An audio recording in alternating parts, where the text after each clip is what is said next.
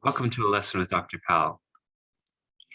Let's take a look at Green's theorem, Stokes' theorem, and how it actually generalizes to something that's smaller in dimension, something that we've been doing a lot of throughout calculus.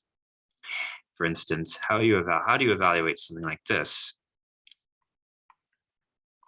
Well, you take an antiderivative, capital F, and you evaluate it at B, you subtract A. Let's think about this for a minute. What if we have a function? So there we have this antiderivative, which is a function of x.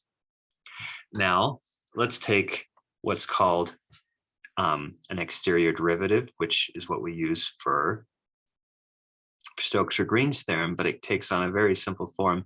We just basically take the function and just d it, which is the same as saying like f prime of x dx, which is the same thing as saying f of x dx.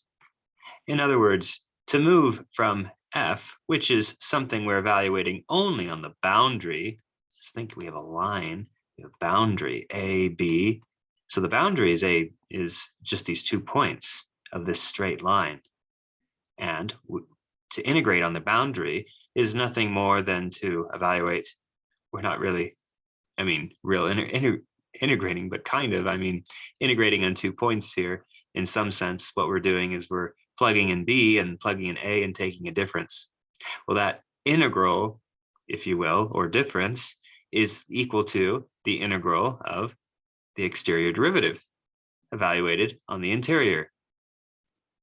Is not that the same as Green's theorem? Evaluating on the boundary is a line integral, and on the inside, a surface or an area, a region, we take an exterior derivative and we integrate over that. And the two results should be the same. This is the same idea.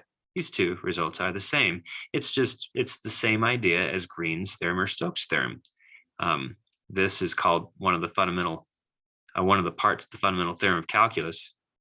And essentially the fundamental theorem of calculus is nothing more than Green's theorem or Stokes' theorem, which is really the same theorem. This exact same idea, even in this case, extends a little bit more generally. Remember when we talked about potential functions?